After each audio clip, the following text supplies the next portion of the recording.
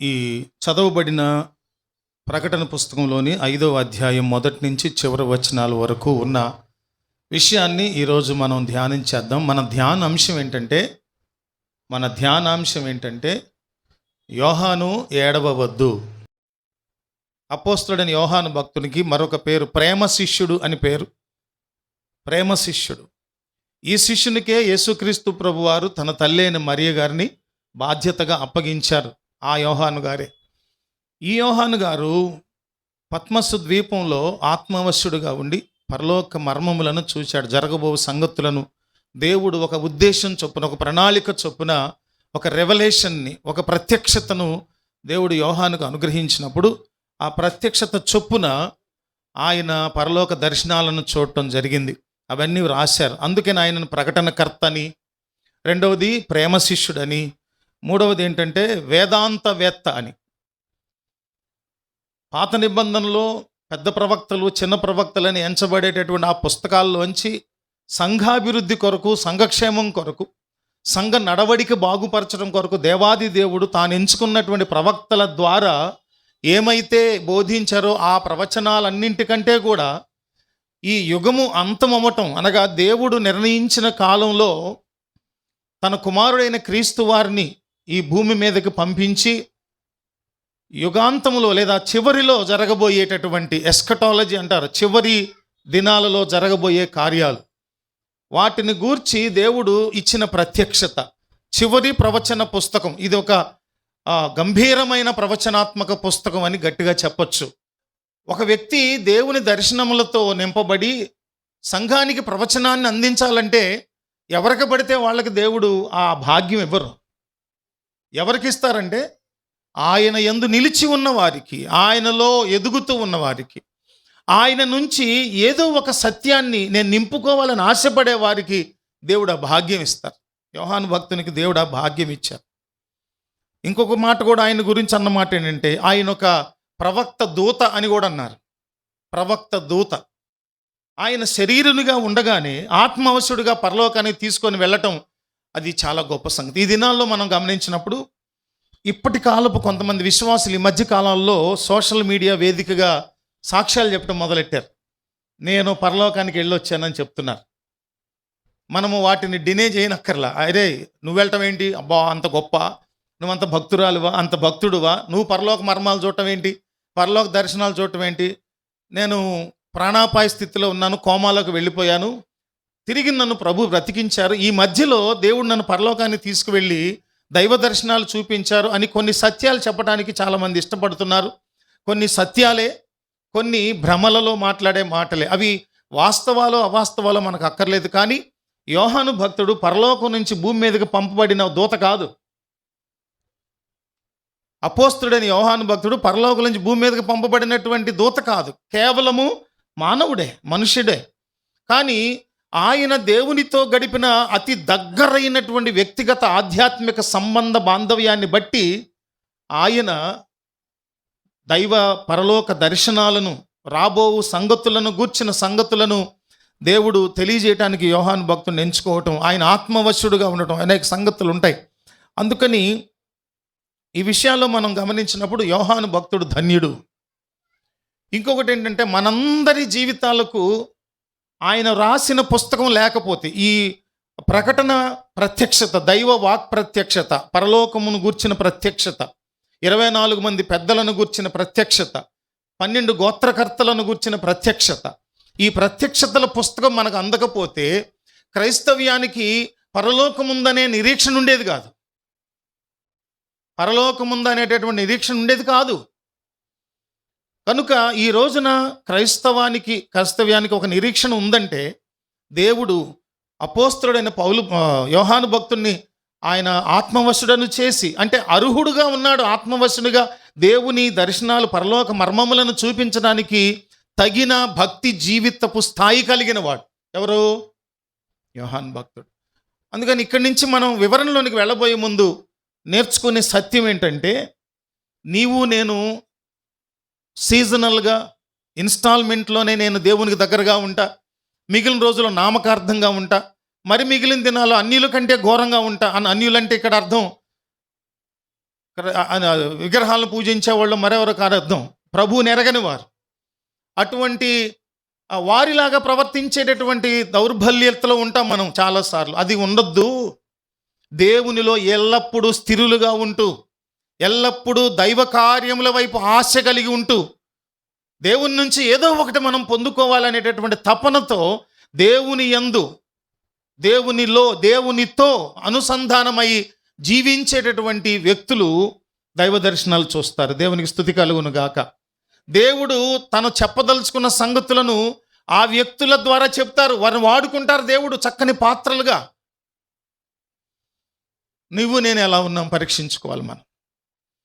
మనము గనక పరిశుద్ధతలో కొనసాగితే, నేను చెప్తాను, ఆరాధన అనే పేరుతో వేగంగా వాయిద్యాలు, పెద్ద పెద్ద సౌండ్ సిస్టములు, లైటింగ్లు, ఎఫెక్ట్లు, ఆరటాలు, వెలగటాలు, ఫోకస్ ల్యాంపులు, దడదడలాడించేటేలు, ఇట్లాంటి పిచ్చి పనులు చేస్తున్నారే. నేను అంటుంది పిచ్చి పనులు. ఎందుకన్నానంటే ఆ మాట, ఆరాధన అనేటటువంటి దానికి అసలైన భావాన్ని మర్చిపోయారు ప్రపంచం.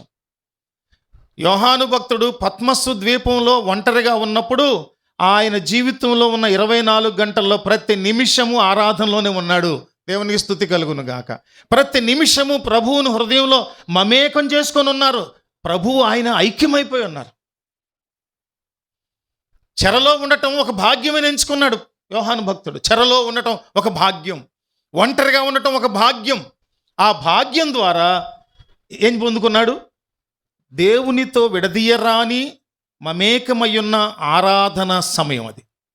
అది ఆరాధన అంటే.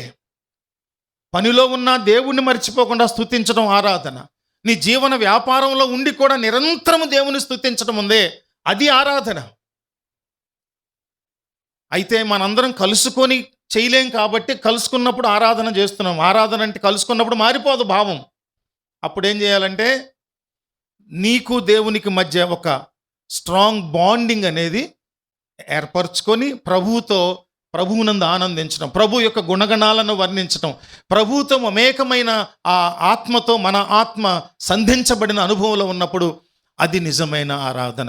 అప్పుడు దేవుడు నిన్ను ఒక యోగ్యమైన పాత్రగా వాడుకొని తాను సంఘానికి ఏమైతే చెప్పాలనుకుంటారో ఆ సంగతులు నీ ద్వారా వాడుకుంటారు, నీ ద్వారా చెప్పిస్తారు ప్రభు. దేవునికి మహిమ చెల్లును గాక.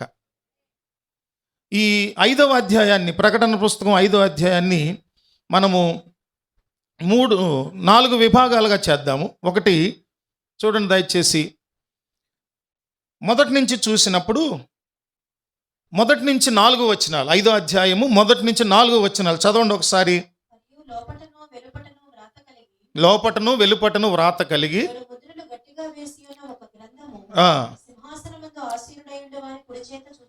ఒక గ్రంథం ఉంది.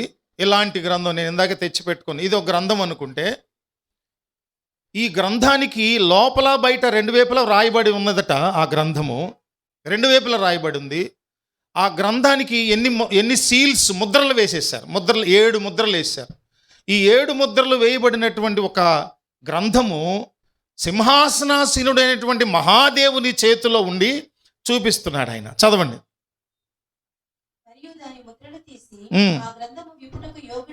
దాని ముద్రలు అంటే ఆ సీల్స్ని ఏం చేయాలి? తీసేసి ఆ గ్రంథం విప్పుటకు యోగ్యుడైన వాడెవడని, బలిష్ఠుడైన ఒక దేవదూత పెద్దగా కేక వేశాడండి. ఎవరైనా సరే ఈ గ్రంథాన్ని వెలుపల లోపల వ్రాయబడిన ఈ గ్రంథానికి 7 ముద్రలు వేయబడ్డాయి, సీలు వేయబడ్డాయి. దీన్ని ఎవరు తెరుస్తారు అని ఒక పెద్ద కేక వేశాడట ఒక బలిష్ఠుడైన దూత. బలిష్ఠుడైన దూత ఎందుకంటే అంతటి గంభీరమైన స్వరముతో ప్రకటించడం. ఇవన్నీ ఆత్మవశుడైనటువంటి యోహాను భక్తుడు చూస్తూ ఉన్నాడు. ఆ దర్శనంలో ప్రత్యక్షంగా తన ఆత్మవశుడు అక్కడికి వెళ్ళి చూస్తున్న దృశ్యంలో ఇది కనబడుతూ ఉంది.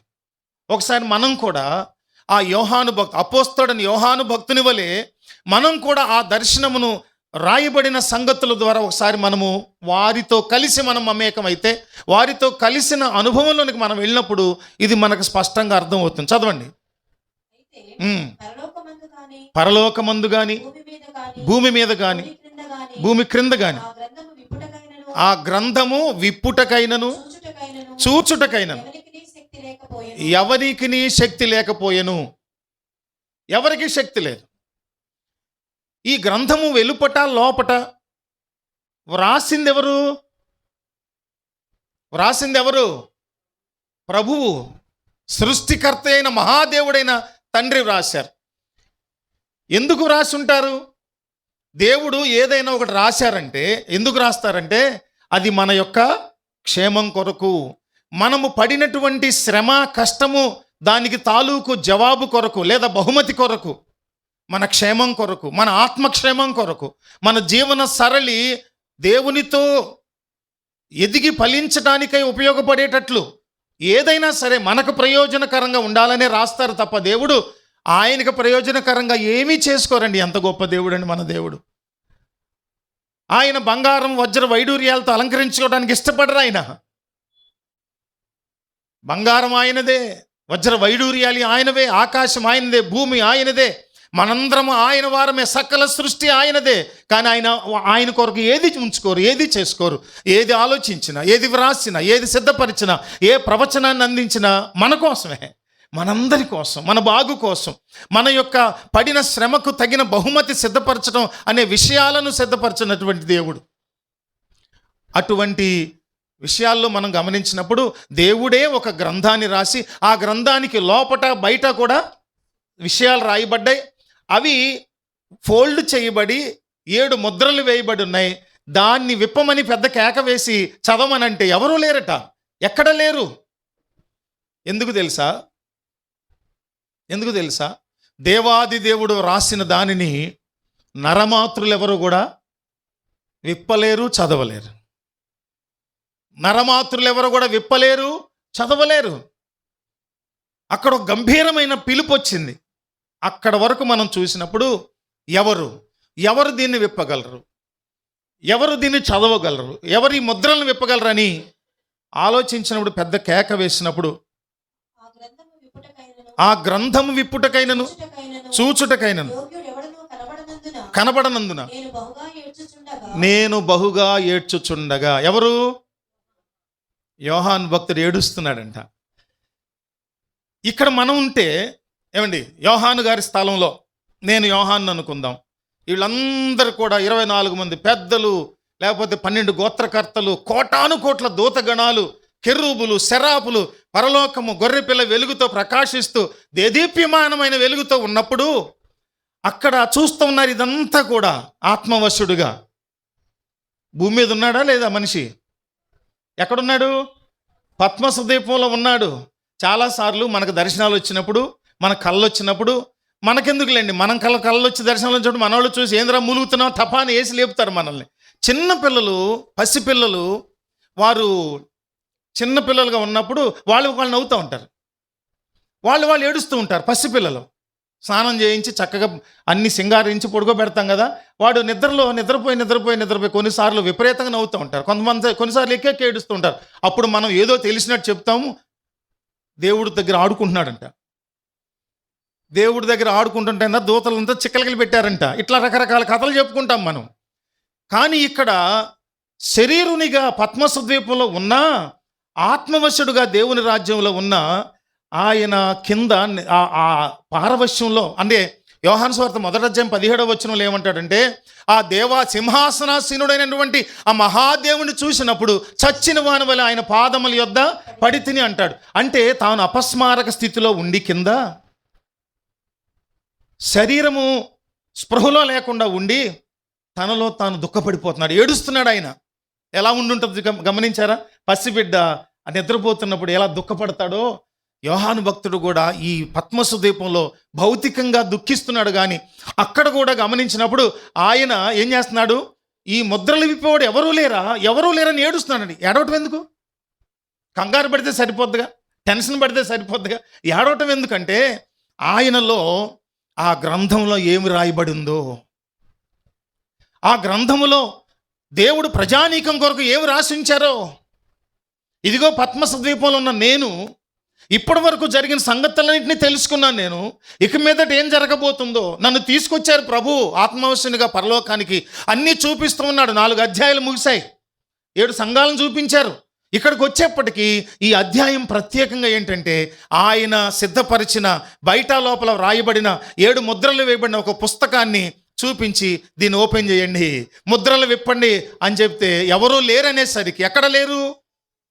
ఆకాశంలో లేరు, భూమి మీద లేరు, పాతాళంలో ఎక్కడా లేరు. యోహాన్ భక్తుడు ఏడుస్తున్నాడు. ఎందుకు ఏడుస్తున్నాడు అర్థమవుతుందా? మనకు కూడా దుఃఖం రావాలంటే భారం ఉండాలి హృదయంలో. ఏం భారం ఉండాలి? గతంలో జరిగిన పరిస్థితులు గురించినటువంటి అవగాహన ఉండాలి. గత పరిస్థితుల్లో క్రైస్తవ్యం ఎంత హింసించబడిందో తెలియాలి. కాలమాన పరిస్థితులు, వర్తమాన పరిస్థితులు ఎలా జరిగినాయో, భూతకాల పరిస్థితులు ఎలా జరిగినాయో తెలుసుకున్నప్పుడు సంఘం యొక్క భవిష్యత్తు ఎలా ఉంటుందో తెలుసుకోవాలనే తపనుంది. తనకు అర్థమవుతుంది. దేవుడు తనకేదో చూపించడానికి ఇక్కడ తీసుకొచ్చారు. ఆ చూపించే క్రమంలో దీనిలో ఏదో రాసి ఉంది, అది నేను తీసుకెళ్ళి రాయాలి, ఇదన్నిటిని రాయమన్నారు ప్రభు.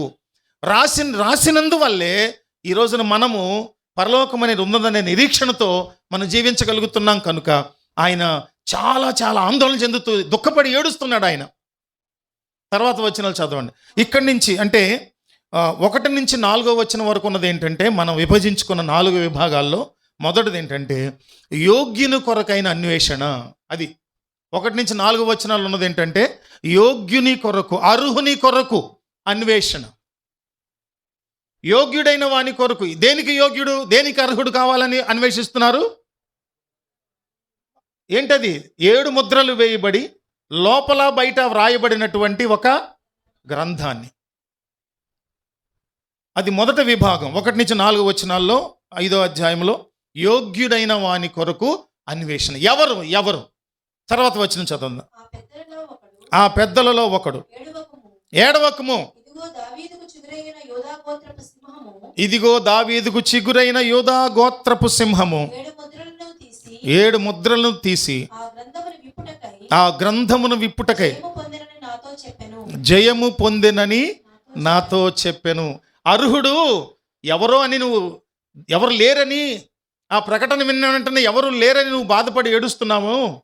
అక్కడ ఆ మాట వినపడింది. ఏమని వినపడిందంటే, ఈ గ్రంథం విప్పటానికి అర్హుడైనటువంటి వారు ఏంటంటే దావీదు చిగురైన యోధా గోత్రపు సింహం.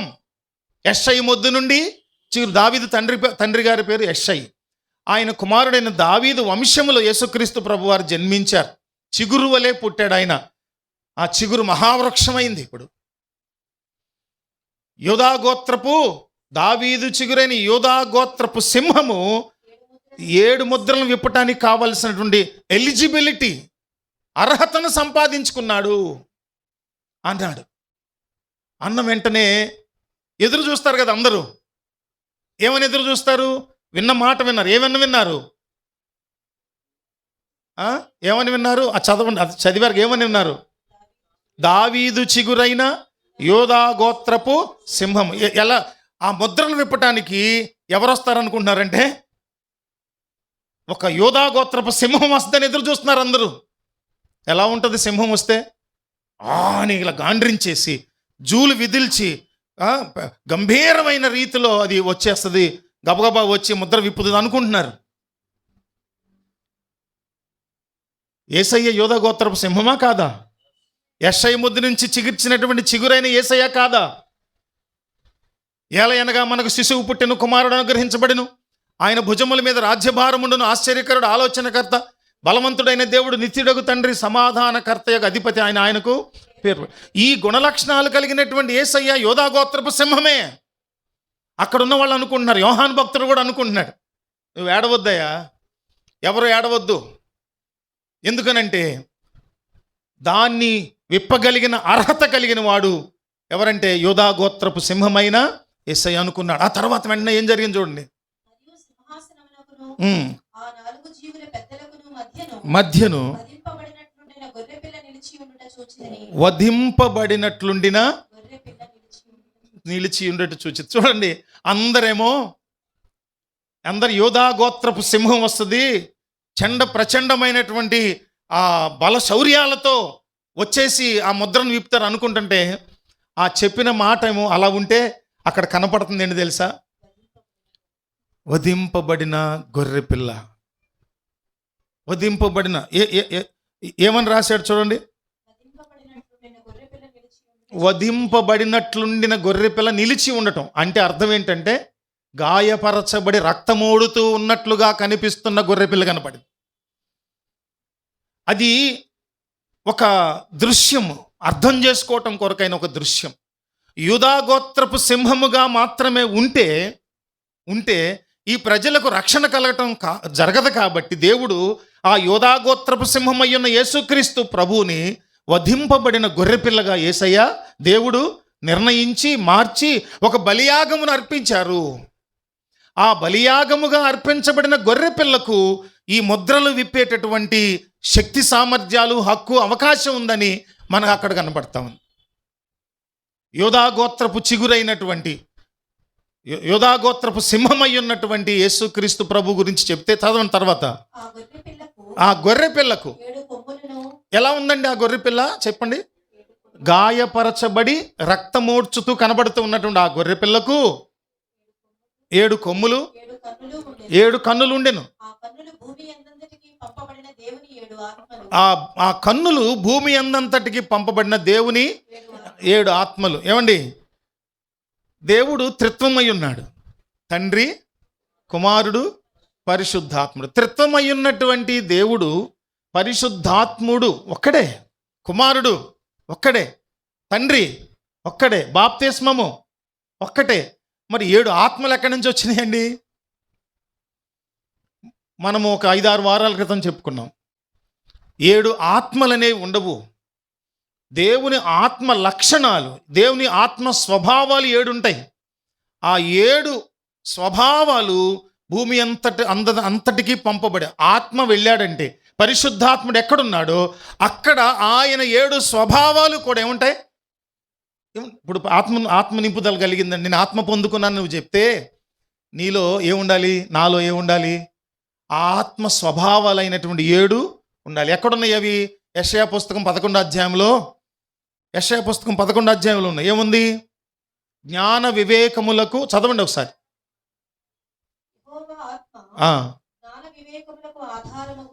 2 విషయాలు. జ్ఞాన వివేకములకు ఆధారముగా ఆత్మ, ఆలోచన బలములకు ఆధారమైన 4.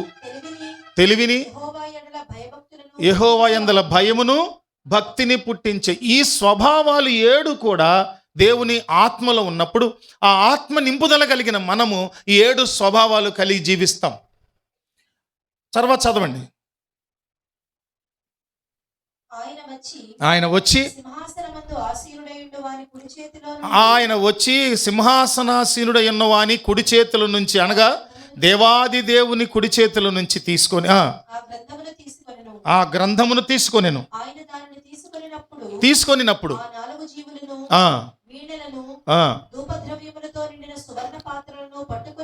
పట్టుకొని ఉన్న ఆ 20 పెద్దలను ఆ గొర్రెపిల్ల ఎదుట సాగిలపడిరి. ఈ పాత్రలు ఏంటంట? అక్కడ ఏం జరిగింది? ఎప్పుడైతే ఈ గాయపరచబడి రక్తం ఓడుచుతున్నటువంటి నిలుచుని ఉన్న గొర్రెపిల్ల, ఆ గొర్రెపిల్లను ముందేమని చెప్పారు? దావీదు చిగురైన యోధా గోత్రపు సింహం. ఇప్పుడు ఎలా కనబడుతుంది అక్కడ? వధింపబడినట్లుండిన గొర్రెపిల్ల కనబడుతుంది. అంటే ఈ 7 ముద్రలను విప్పగలిగినటువంటి శక్తి సామర్థ్యములు యేసుక్రీస్తు ప్రభువారి శిలువ మరణము, భూస్థాపన, పునరుత్థానముల కార్యము ద్వారా కలిగినవి. ఇక్కడ ఇంకొక గొప్ప సంగతి ఏంటంటే, మనం ఆలోచించవలసిన గొప్ప సంగతి ఏంటంటే, ఎప్పుడూ కూడా సృష్టి ఆది మొదలుకొని సృష్టి అంతము వరకు కూడా ఆ దేవాది దేవుడు సింహాసనాసీనుడై ఉన్నటువంటి అగ్ని వంటి నేత్రములు, ప్రకటన 1వ అధ్యాయము అక్కడ దేవుని ముఖదర్శనం చూసినటువంటి యోహాన్ భక్తుడు రాస్తారు, చదవండి. ఆయన తల వెంట్రుకలను తెల్లని ఉన్నిని పోలినవై హిమమంత ధవళముగా ఉండెను. చూడండి, ఆయన నేత్రములు అగ్ని జ్వాలల వలె ఉండెను. ఆయన పాదములు కొలిమిలో పుటము వేయబడి మెరయుచున్న అపరంజితో సమానముగా ఉండెను. ఆయన కంఠస్వరము విస్తార జల ప్రవాహముల ధ్వని వలె ఉండెను. నక్షత్రములు పట్టుకొని ఆయన తన కుడి చేత 7 నక్షత్రాలు పట్టుకొని ఉన్నాడంట. నోటి నుండి రెండంచుల గల వాడి అయిన ఖడ్గం ఒకటి బయలువెడలుచుండెను. బయలువెడలుచుండెను. ఆయన ముఖము మహా తేజస్సుతో చూడండి, ఆయన ముఖము మహా తేజస్సుతో ప్రకాశించుచున్న సూర్యుని వలె ఉండెను. ప్రకాశించుచున్న సూర్యుని వలె ఉండెను. ఇవన్నీ కూడా పరలోకమందు సింహాసనాసీనుడై ఉన్నటువంటి దేవాది దేవుడు, ఆ దేవునిలో ఉన్న మహాప్రభావము, తేజస్సు. ఎప్పుడు కెరూబులు శరాబులు కోటాను కోట్ల దూతలు అక్కడ దేవుని దగ్గర పరిశుద్ధుడు పరిశుద్ధుడు పరిశుద్ధుడు పరిశుద్ధుడని ప్రతిగానాలు చేస్తూ ఉంటారు కదా.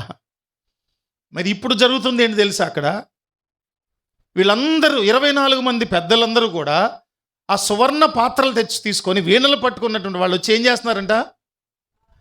ఆ గొర్రె పిల్ల ఎదుట ఏం చేస్తున్నారు? చదవండి. ఈ 24 పెద్దలను గొర్రె పిల్ల ఎదుట సాగిలపడి, అంటే అర్థం ఏంటి? సాష్టాంగ ప్రణామం చేస్తున్నారు. బోర్లా పడుకొని ఆ దేవాది దేవుని ముందు ఆయనను ఏం చేస్తున్నారు? సాష్టాంగ పడుతున్నారు. నువ్వే అర్హుడవు, నువ్వే యోగ్యుడవు. ఈ 2 మాటలు చెప్పండి. ఆయనే అర్హుడు దేనికంటే దేవుని చేత బయట లోపల వ్రాయబడిన ఆ గ్రంథమును వేసినటువంటి 7 ముద్రను విప్పుటకు నీవే యోగ్యుడవు, నీవే అర్హుడవు అని తెలిసిన తర్వాత యోహాను భక్తుడు ఏడవటం మానేశాడు. ఇప్పుడు ఏం చేస్తాడు తెలుసా? అమ్మయ్యా, పరిష్కారం దొరికింది.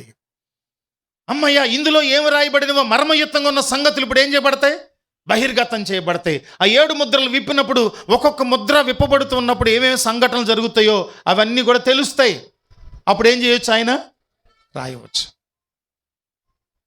అలా రాసి ఉండకపోతే ఈ రోజున మన జీవితాలు ఏమైపోయేవి? మనకు నిరీక్షణ ఎక్కడిది? క్రైస్తవ్యానికి మనకు క్రైస్తవ్యాన్ని నిరీక్షణ ఎక్కడుంది అప్పుడు? అందుకని అప్పుడు చదవండి తర్వాత. ఈ పాత్రలు పరిశుద్ధుల ప్రార్థనలు. మనము మొదటి విభాగం 1వ వచనం నుంచి 4వ వచనం వరకు చూసాం కదా. రెండవ విభాగం ఏంటంటే జయించిన గొర్రెపిల్ల. జయించిన గొర్రెపిల్ల. అక్కడ మనం ఏం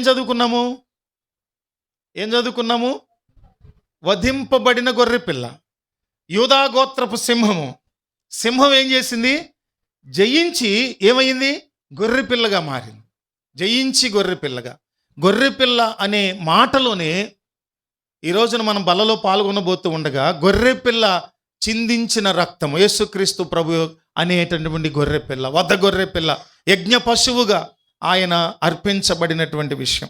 ఆ గొర్రెపిల్ల, ఆ జయించిన గొర్రెపిల్లగా మనము ఇందులో 5 నుంచి 7 వచనాలు చూడగలం. 5 నుండి 7 వచనాలు చూడగలం. మూడవది చూసినప్పుడు, 3వ విభాగాన్ని చూసినప్పుడు చాలా విషయాలు ఉన్నాయి, కానీ నేను వాటిని ప్రస్తుతము వాటిని వివరించకుండా నేను స్కిప్ చేస్తున్న, మన సమయం సరిపోదు కాబట్టి. ఇందులో యేసుక్రీస్తు ప్రభు వారు జయించినవాడు, యేసుక్రీస్తు ప్రభు జయించినవాడు. ఇక్కడ మనము యూదా గోత్రపు సింహం అనటానికి కూడా కొన్ని వచనాలు ఆధారంగా ఉన్న యెషయా పుస్తకం 53:7 మనం చూడగలుగుతాం. ఆ తర్వాత 3వ విభాగం చూసినప్పుడు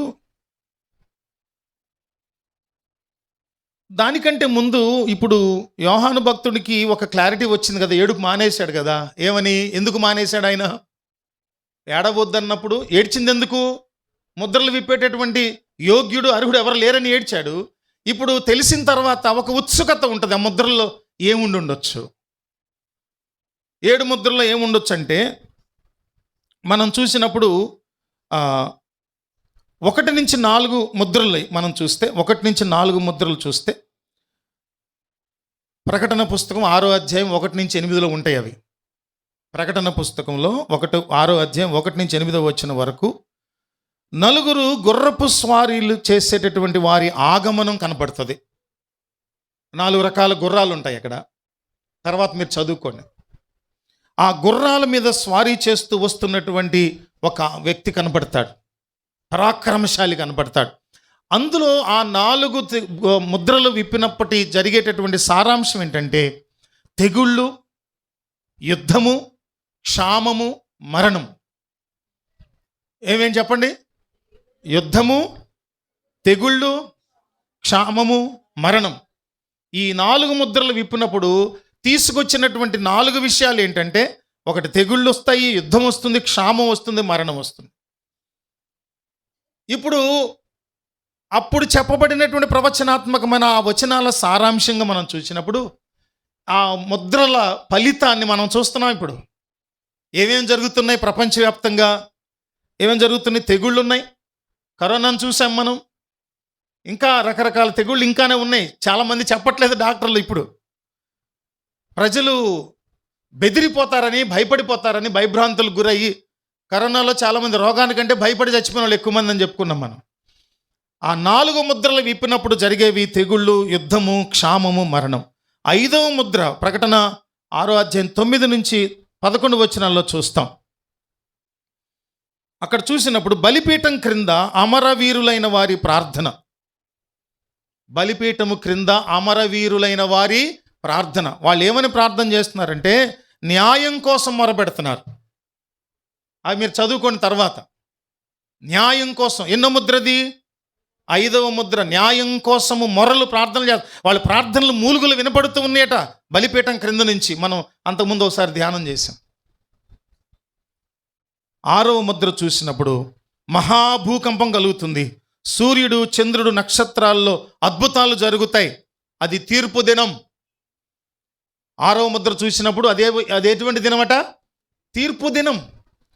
ఇవన్నీ కూడా ఆ గ్రంథంలో రాయబడి ఉన్నాయి అన్నమాట. అవి విప్పబడినప్పుడు బహిర్గతం చేయబడిన ఆ సంగతులు తెలుసుకొని యోహాను భక్తుడు రాస్తున్నాడు. ఇక్కడ ఇప్పుడు బాధ లేదు, దిగులు లేదు. ప్రపంచానికి జరగబో సంగతులను చెప్పే విషయంలో అన్నీ స్పష్టంగా చెప్పబడుతూ వస్తాయి తర్వాత విషయాల్లో. ప్రకటన 6:12 నుంచి 17 వరకు చూస్తే 6వ ముద్రను గుర్చిన విషయం. ప్రకటన 6:12 నుంచి 17 వరకు మహాభూకంపము, సూర్యుడు, చంద్రుడు, నక్షత్రాలు, అద్భుతాలు జరగడం. అది తీర్పు దినం అని గుర్తుపెట్టుకోవాలి.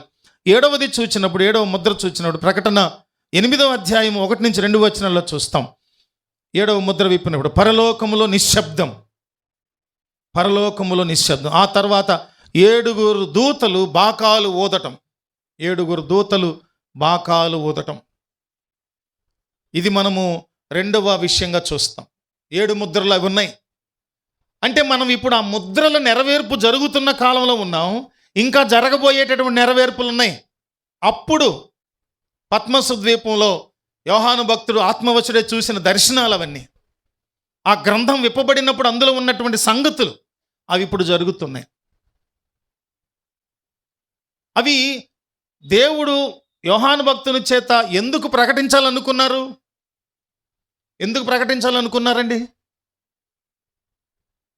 ఈ ముద్రలు విప్పినప్పుడు జరగబోయే పరిణామాలు, పరిస్థితులు ఏమైతే తీవ్రమైనవి ఉన్నాయో వాటన్నిటి నుంచి మనుషులు ఏం చేయాలి? తప్పించుకోవాలి.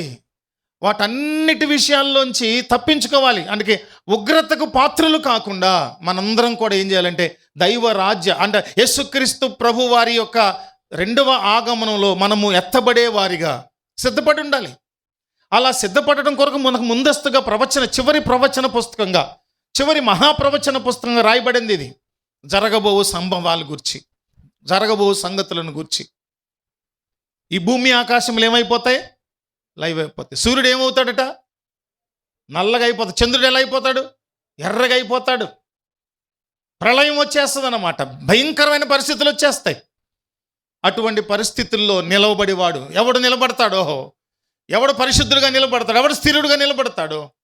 ఇందాక దైవజనులు ఇద్దరు కూడా చెప్పారు ఆ మాట. నేను బలపరుస్తూ, భూమి మీద ఉండగానే మన పాపస్థితిని గుర్తించి పాపముల నుండి విమోచించే క్రీస్తు వారిని ఆశ్రయించి ఆయన సిలువలో చిందించిన, ఇందా చదువుకున్నాగా, ముద్రలు విప్పడానికి యోగ్యుడైన వాడు, అర్హుడైన వాడు గొర్రెపిల్లగా గాయపరచబడి మన కొరకు బలియాగముగా అర్పించబడ్డాడని గుర్తుగా చెప్తూ, అలా బలియాగంగా అర్పించబడిన క్రీస్తు వారికే ఆ ముద్రలు విప్పే హక్కు ఉంది, యోగ్యత ఉంది, అర్హుడు ఆయన. అప్పుడు బహిర్గతం చేయబడిన ఆ ముద్రల సారాంశం ఇది. అందుకనే పరలోకంలో నిశ్శబ్దం ఏర్పడిపోద్దట 7వ ముద్ర విప్పినప్పుడు. ప్రకటన 8:1 నుంచి 2 వచనాల్లో. ఆ తర్వాత 7 దూతలు బాకాలు ఊదుతారు. ఆర్భాటముతోనూ ప్రధాన దూత శబ్దముతోనూ దేవుని బోరుతోనూ పరలోకము నుండి ప్రభువు దిగి వస్తారు. ప్రభువునందుండి మృతులైన వారు మొదట లేస్తారు. ఆ మీదట సజీవులమైన నిలిచిండు మనము ఏం చేస్తాము? రెప్పపాటులో దేవుని రాజ్యంలో. అప్పుడే మనం ఈ మత్స్య శరీరాలన్నీ కూడా ఎలా మార్చబడతాయి? అమర్త్యతను ధరించుకుంటాయి, మహిమ శరీరాలుగా మార్చబడతాయి. ఎంతటి భాగ్యం అండి, ఎంతటి ప్రిపరేషన్ అండి మన కోసం దేవుడు. మూడవ విభాగం ఏంటంటే, ప్రకటన 5వ అధ్యాయంలో 8 నుంచి 10 వచనాల మూడవ విభాగం ఏంటంటే విమోచన గీతం. విమోచన గీతం మొదటిది ఏంటి చెప్పండి? యోగ్యుడైన వాని కొరకు అన్వేషణ. దొరికారా? దొరకనంతసేపు యోహాను ఏడ్చాడు. దొరికిన తర్వాత యోహాను ఏడుపంతా పోయింది. డౌట్ వచ్చింది, సందేహం వచ్చింది. ఆ ముద్రల్లో ఏముందో తర్వాత అవన్నీ కూడా రివీల్ చేయబడ్డాయి, బహిర్గతం చేయబడ్డాయి. ఇక్కడ చూసినప్పుడు 8 నుంచి 10 వచనాల్లో విమోచన గీతం. ఆ ముద్రలు విప్పినప్పుడు, జరగబోయే సంభవాల గురించి అర్థం చేసుకున్నప్పుడు, తెలిసినప్పుడు, అక్కడ చూసినప్పుడు ఏం జరుగుతుంది? చదవండి 8. ఆ పెద్దలు ఆ, నీవు ఆ గ్రంథమును తీసుకొని నా గ్రంథమును తీసుకొని దాని ముద్రలను విప్పుటకు యోగ్యుడవు. యోగ్యుడవు, నీవు వధింపబడిన వాడవై నీవు వధింపబడిన వాడవై నీ రక్తమిచ్చి నీ రక్తమిచ్చి వంశములోను ప్రతి వంశములోను ఆయా భాషలు మాట్లాడు వారిలోను ఆయా భాషలు మాట్లాడి వారిలో ప్రతి ప్రజలోను ఉమ్. ప్రతి జనములోను ప్రతి జనములోను దేవుని కొరకు దేవుని కొరకు మనుషులను కొని మనుషులను కొని మా దేవునికి ఉమ్, వారిని ఒక రాజ్యముగాను ఒక రాజ్యముగాను యాజకులను గాను చేసితివి. యాజకులను గాను చేసితివి కనుక వారు భూలోకమందు ఏలుదురని క్రొత్త పాట పాడుదురు. వారు భూలోకమందు ఏలుదురని క్రొత్త పాట పాడుదురు. ఏంటా పాట? ఏంటా? భూలోకమందు ఏలుదురు, ఏలికలుగా ఉందురు అనేటటువంటి క్రొత్త పాట పాడటం.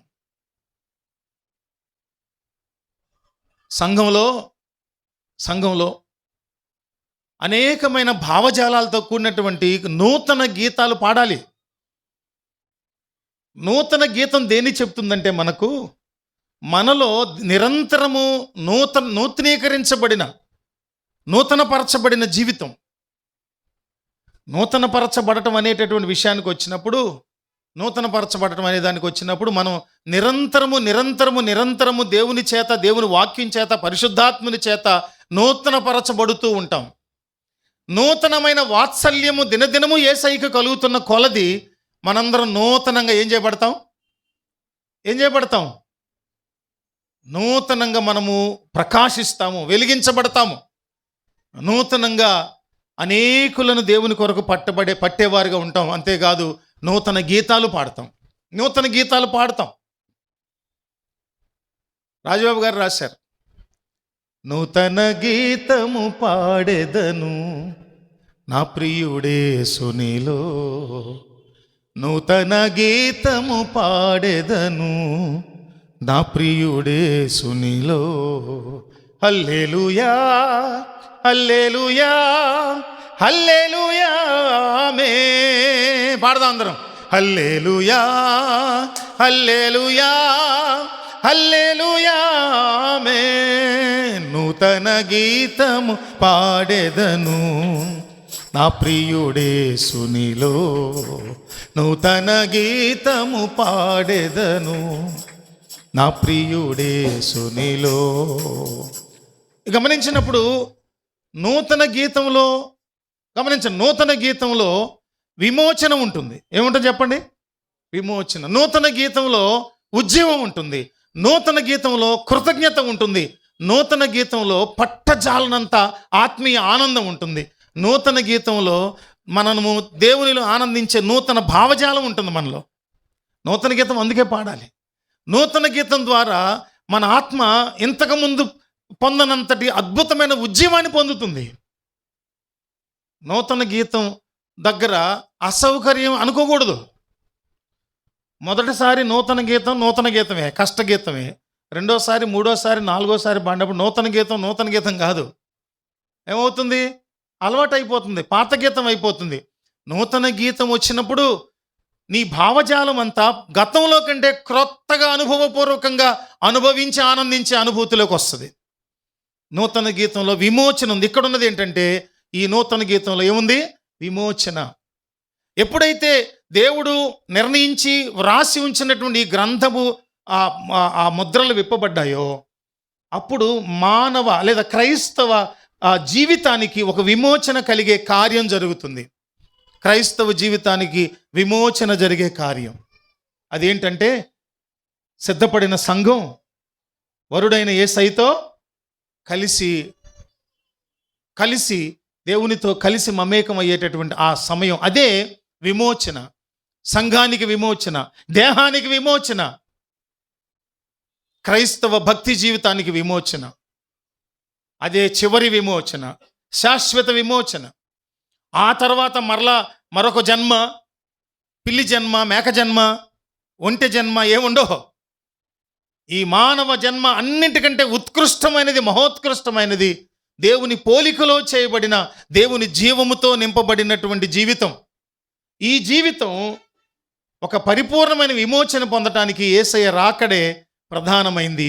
ఆ సంగతుల్ని వ్రాయబడినటువంటి ఈ గ్రంథం విప్పబడటం క్రైస్తవ్యానికి విమోచన. దేవునికి స్తుతి కలుగును గాక. ఆ విమోచన ద్వారా మనం ఆనందిస్తాం. క్రొత్త పాట పాడుతూ విమోచన గీతాలు పాడాలి. ఆత్మలోనే పాడేదను, ఆర్భటించి పాడేదను, ఆత్మలోనే పాడేదను, ఆర్భటించి పాడేదను, అభినయించి పాడేదను, అనుభవించి పాడేదను, అభినయించి పాడేదను, అనుభవించి పాడేదను, అనుదినమునే పాడేదను, అందరిలోనే పాడేదను, నూతన గీతము పాడేదను, నా ప్రియుడేసునిలో నూతన గీతము పాడేదను, నా ప్రియుడేసునిలో. హల్లెలూయా హల్లెలూయా హల్లెలూయా, ఆమేన్ ఆమేన్, హల్లెలూయా హల్లెలూయా, ఆమేన్. దేవునికే మహిమ చెల్లును గాక. మొదటిది ఏమంటే, యోగ్యుడైన వాని కొరకు అన్వేషణ, 1-4 వచనాలు. రెండవది ఏంటి? జయించిన గొర్రెపిల్ల. కానీ మొదట్లో చెప్పబడింది ఏంటి? యూదా గోత్రపు సింహము. కానీ అది జయించిన గొర్రెపిల్లగా అయినందువల్ల ముద్రలు విప్పటానికి శక్తి సామర్థ్యం కలిగినట్లుగా అయింది. ఇందా మనం చివర్లో కొంచెం స్కిప్ అయింది ఒక మాట. అదేంటంటే, దేవాది దేవుని దూతగణాలు, కోటాను కోట్ల కెరూబులు, శరాబులు ఏ విధంగానైతే ఆయనను ఆరాధిస్తారో, అక్కడే గొర్రెపిల్ల అయినటువంటి క్రీస్తు వారిని కూడా వారు సాష్టాంగపడి, 24 మంది పెద్దలు సాష్టాంగపడి ఆయనను ఏం చేశారు? ఆరాధించారు. దానిని బట్టి మనకు అర్థమవుతుంది ఏంటంటే, కుమారుడు బలహీనుడు, తండ్రే బలవంతుడు. తండ్రి కుమారులు పెద్ద విషయం కాదు. తండ్రి సృష్టించాడు, అయిపోయింది ఆయన పరిస్థితి. కుమారుడు రక్షణ కార్యం జరిగించాడు, అయిపోయింది, ఆరోహణం అయిపోయారు. పరిశుద్ధాత్ముడు వచ్చారు, అదే ముఖ్యము, పరిశుద్ధాత్ముడే ముఖ్యము. కాదు ఇది రెండు కాదు, యేసయ్యే ముఖ్యము, కాదు తండ్రే ముఖ్యము. ఇట్లా రకరకాలుగా ఆయన ఫ్యాన్స్ ఒక మతం పెట్టుకున్నారు. యెహోవా సాక్షులను వాళ్ళు, యేసయ్యను యేసు నామం వాళ్ళు ఒకళ్ళు, ఇప్పుడు పరిశుద్ధాత్ముడు ఒకడు. ఈ బ్యాచ్లు అయిపోయారు. మీరు నేను ఎవరండి దేవుణ్ణి విడదీయటానికి? వారు త్రిత్వమై ఉన్న దేవుడు, విడదీయరానటువంటి దేవుడు. దేవునికి స్తోత్రం కలుగును గాక. అక్కడ అర్థమవుతుంది ఏంటంటే, పరలోకంలో దేవాది దేవుడు ఎంత స్తుతికి పాత్రుడో, వధించబడిన గొర్రెపిల్ల కూడా అంతే స్తుతులకు పాత్రుడు. దేవునికి స్తుతి కలుగును గాక. మనము డివైడ్ చేయబడినటువంటి వారిని ఆరాధించేవాళ్ళం కాదు, త్రిత్వమై ఏకమై ఉన్న దేవుని ఆరాధించేవాళ్ళం.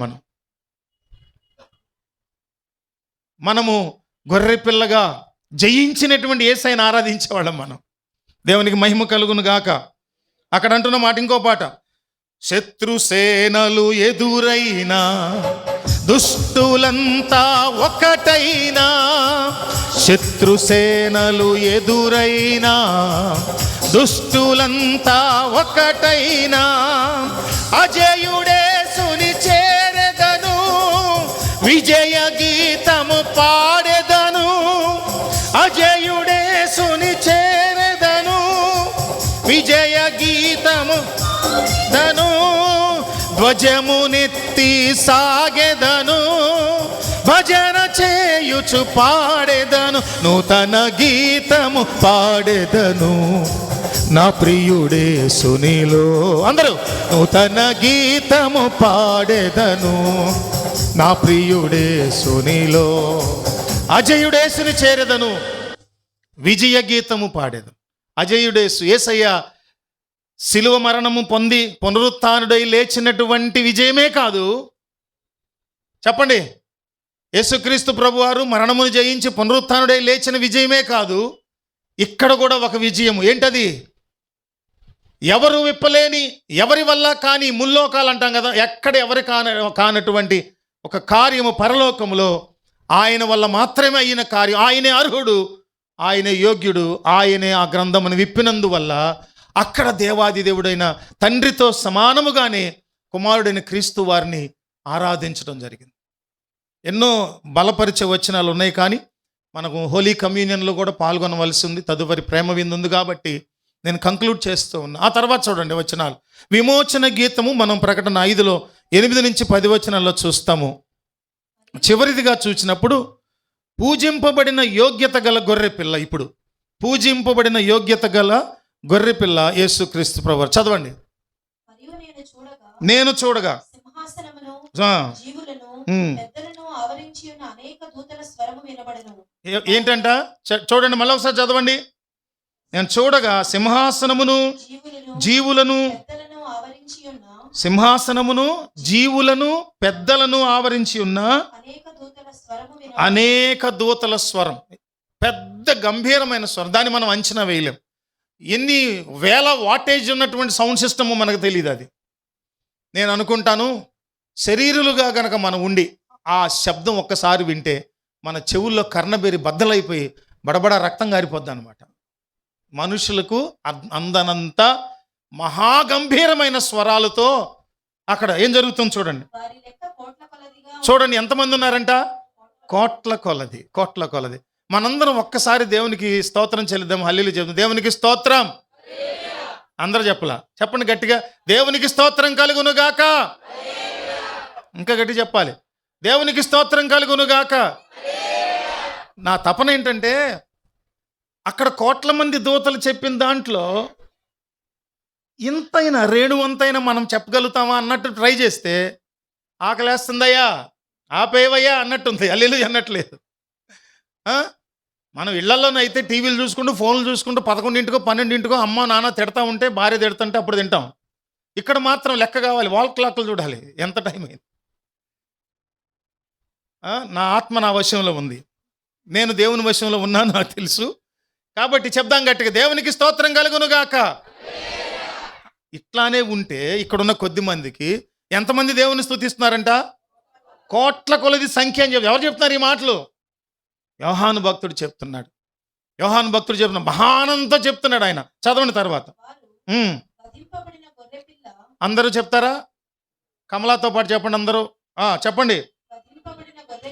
వధింపబడిన గొర్రె పిల్ల శక్తియు ఐశ్వర్యమును జ్ఞానమును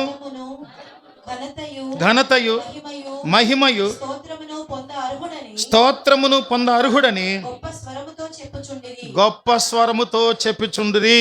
చూడండి ఎన్ని ఉన్నాయి తెలుసు అక్కడ? 7 రకాలైన ఘనతలను, 7 రకాలైన మహిమాన్వితమైనటువంటి గుణములను, 7 రకాలైనటువంటి గొప్పతనమును ప్రభువుకు ఆపాదిస్తున్నారు అక్కడ. ఎంతమంది అంటే లెక్కింప శక్యము కానన్ని కోటాను కోట్ల మంది దూతలు సేవకులు. చదవండి ఏంటంట? శక్తియు, రెండవది ఐశ్వర్యమును, జ్ఞానమును, బలమును, ఘనతయు, మహిమయు, స్తోత్రము. 7 స్వభావాలు. మన ఆరాధనలో మనం లేచి నిలబడి ఆరాధిస్తే, మనం గనక ప్రభువుని ఆరాధించాల్సి వస్తే, ఈ 7 మన ఆరాధనలో ఉన్నప్పుడు అది నిజమైన ఆరాధన. కానీ మనలో ఉన్నది ఏంటంటే మానవ స్వభావంతో ఆ కొన్ని లక్షణాలు ఉంటే కొన్ని ఉండవు. కొన్ని సంఘాలు, కొన్ని ప్రీచర్స్ యొక్క స్వభావాలు చూస్తా నేను. వాళ్ళు ఏం చేస్తారో తెలుసా? వాళ్ళు ప్రీచింగ్కి వచ్చిన మొదటి నుంచి అయిపోయే వరకు గంట చెప్పనే 2 గంటలు చెప్పనే వెనకాల వాయిద్యకారులు డిమటక కొడతనే ఉండాలి. కొట్టకపోతే వీళ్ళ ఆత్మ బలహీనం అయిపోద్ది. అంటే వాయిద్యాల్లో, శబ్దాల్లో ఉందా పరిశుద్ధాత్మ నింపుదల, నడిపింపు? అక్కడ జరిగింది ఏంటి తెలుసా? పరలోకంలో ఏమైందంటే నిశ్శబ్దం వచ్చేసింది. ఎప్పుడైతే గొర్రె పిల్ల ఆ ముద్రలు విప్పడానికి యోగ్యుడు, అర్హుడని వార్త ప్రకటించబడిందో, చెప్పబడిందో, ఏమైపోయింది పరలోకంలో? నిశ్శబ్దం ఏర్పడిపోయింది.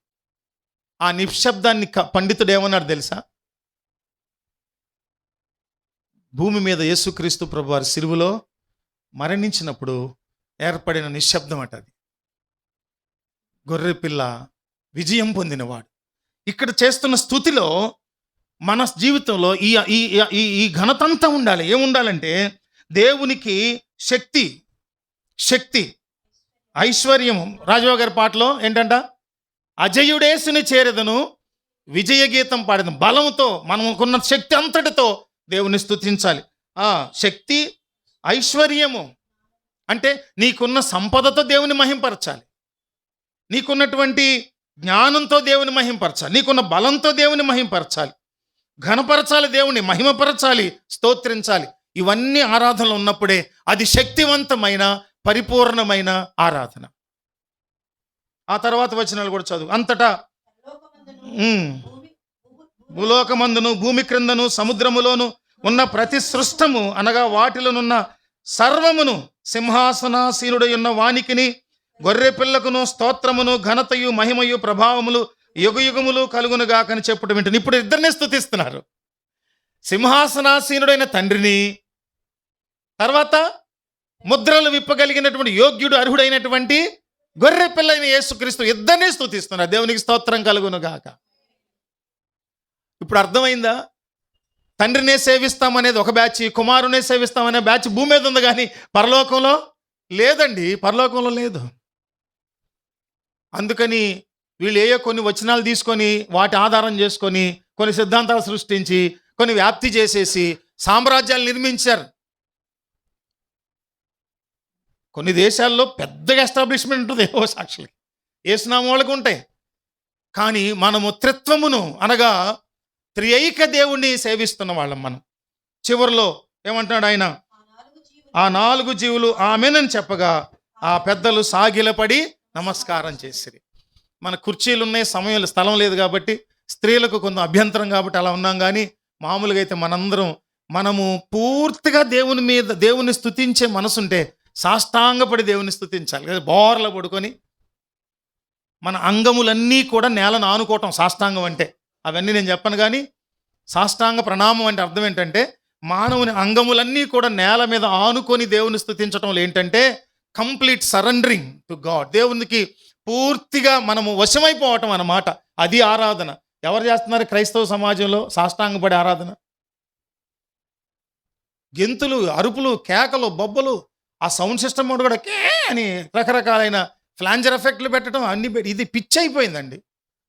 ఎప్పుడైనా గుర్తుపెట్టుకోండి, ఒకటే మాట చెప్తున్నా నేను. ఎంత సాంకేతికత పెరిగినా, సాంకేతిక విప్లవము మానవ మేధస్సునకు అందనంత ఎత్తుగా పెరిగినా, ఆది అపోస్తుల పునాది మీద కట్టబడిన సంఘము ఆ విధానము దాటి వెర్రి తలలు వేయటానికి వీల్లేదు. ఎప్పుడు ఒక రకంగానే ఉండాలి. కల్చర్ మారిపోతుందని సంఘారాధన కల్చర్ని మార్చేస్తావా నువ్వు? టెక్నాలజీ పెరిగిపోతుందని రకరకాలైనటువంటి వెర్రి చేష్టలు ఇవన్నీ చేసేస్తే కుదరదు. ఎంత టెక్నాలజీ పెరిగినా అదే బైబిల్, అంతేనా? బైబిల్ మారదు, అపోస్తులకు బోధ మారదు, క్రీస్తు వారి బోధ మారదు. క్రైస్ట్ ఫోకస్డ్ చర్చ్గానే ఉండాలి మనం, క్రీస్తును కేంద్రీకరించుకున్న సంఘంగానే. అందరం లేచి నిలువబడి దేవుని సన్నిధిలో కోటాను కోట్ల దూతగణము సింహాసనాసీనుడైన దేవుని ఎలా మహింపరుస్తున్నారు. రెండవదిగా గొర్రెపిల్ల అయినటువంటి జయము పొందిన గొర్రెపిల్లైన క్రీస్తును ముద్రలు విప్పటానికి అర్హుడు యోగ్యుడైనటువంటి యేసుక్రీస్తు ప్రభుని ఏ విధంగానైతే వాళ్ళు స్తుతిస్తున్నారో, ఎందరు స్తుతిస్తున్నారు? కోటాను కోట్ల మంది, అసంఖ్యాకమైన దూతలు దేవుని స్తుతిస్తూ ఉన్నారు. ఏమండి, మనం ఎంతటి వారమండి? కేవలం నరమాత్రులము, కేవలము తృణమాత్రులము, అంతలోనే పుట్టి అంతలోనే పగిలిపోయే నీటి బుడగ వంటి వారం, ఆవిరి వంటి వారం, గడ్డి పువ్వు వంటి వారం అండి. అల్పులం, ఎంత అల్పులం మనం. కానీ అనర్హులము, అల్పులమైన మనను దేవుని స్తుతించే భాగ్యం ఇచ్చారు ప్రభు. అవునండి, దేవుని స్తుతించే భాగ్యం ఇచ్చారు మనకి. అందుకనే అనంత జ్ఞాని దేవుడు, మనము అల్పులం. ఆయన మహిమాన్వితుడు, మనము మట్టివారు. యాకోబు ఎల్లారావు ఇద్దరు కూడా వస్తే అందరం కలిసి అనంత జ్ఞాని నీకు అల్పుడను నాకు సహవాసమా, ఈ పాట పాడుకుని ఒక చరణం మనం ముగించుకుందాం. మూసే అందరూ